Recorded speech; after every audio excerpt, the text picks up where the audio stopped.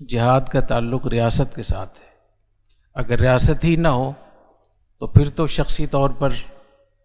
بہت سارے مواقع ہیں، لیکن جہاں ریاست موجود ہو تو ریاست کے ہوتے ہوئے اپنے طور پہ آزاد عسکری گروپ بنانا یہ ٹھیک نہیں ہے، نہ شریعت کے لحاظ سے ٹھیک ہے، نہ ہمارے آئین کے لحاظ سے ٹھیک ہے، اور نہ تجارب کے لحاظ سے ٹھیک ہے۔ اس پہ بہت بڑا اعتراض ہوا ہمارے حلقوں میں جب میں نے یہ بات شروع کی، اب سے تقریباً کوئی 20 سال پہلے یہ میں نے آہستہ آہستہ بات کرنا شروع کی اپنے اساتذہ میں، لوگوں میں، تو ہمیشہ اس کو کہا گیا کہ نہیں یہ کیسے ہے، کیونکہ 40 سال سے تو یہی کہا جا رہا تھا کہ جہاد ایک آزاد عبادت ہے، جو چاہے کر سکتا ہے، جو چاہے تنظیم بنا سکتا ہے۔ تو میں سمجھتا ہوں کہ عقلی لحاظ سے بھی ایک مدرسہ اگر ہو تو مدرسے کے طلباء،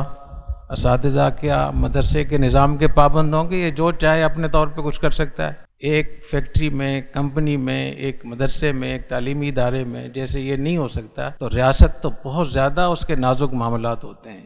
تو ریاست میں اگر اپنے طور پہ کوئی کچھ بھی کرتا رہے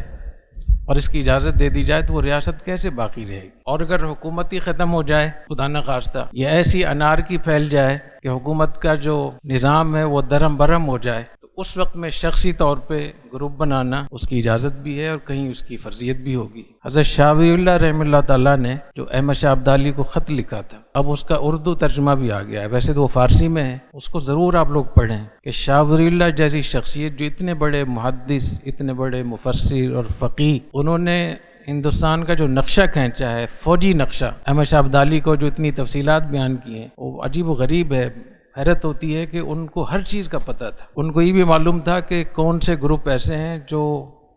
تھوڑے سے ہیں لیکن ان کا پروپیگنڈا بہت زیادہ ہے، تو بہت آسان کر کے ہندوستان کو انہوں نے پیش کیا احمد شاہ ابدالی کے سامنے تاکہ باہر سے آ کر ان کی سرکوبی کریں، مراٹھوں کی۔ اس میں حضرت نے لکھا ہے، شاہ ولی اللہ صاحب رحمۃ اللہ نے لکھا ہے کہ اگر میں اپنا گروپ بنا کر یہاں لڑنا چاہوں ہندوستان میں تو سب سے بڑا گروپ میرا ہوگا ہندوستان۔ تو یہ جو گروپوں کی شکل میں جو عسکریت ہوتی ہے، یا تو ریاست کی طرف سے اجازت ہو، یا ریاست کی طرف سے خفیہ اجازت ہو، یا ریاست اس پر خاموش ہو معلوم ہونے کے باوجود ان کی خاموشی ہے ان کی، تو ان تینوں صورتوں میں گروپوں کی جنگ بھی جہاد شمار ہو۔ اور اگر انہوں نے منع کیا ہوا ہے یا انہوں نے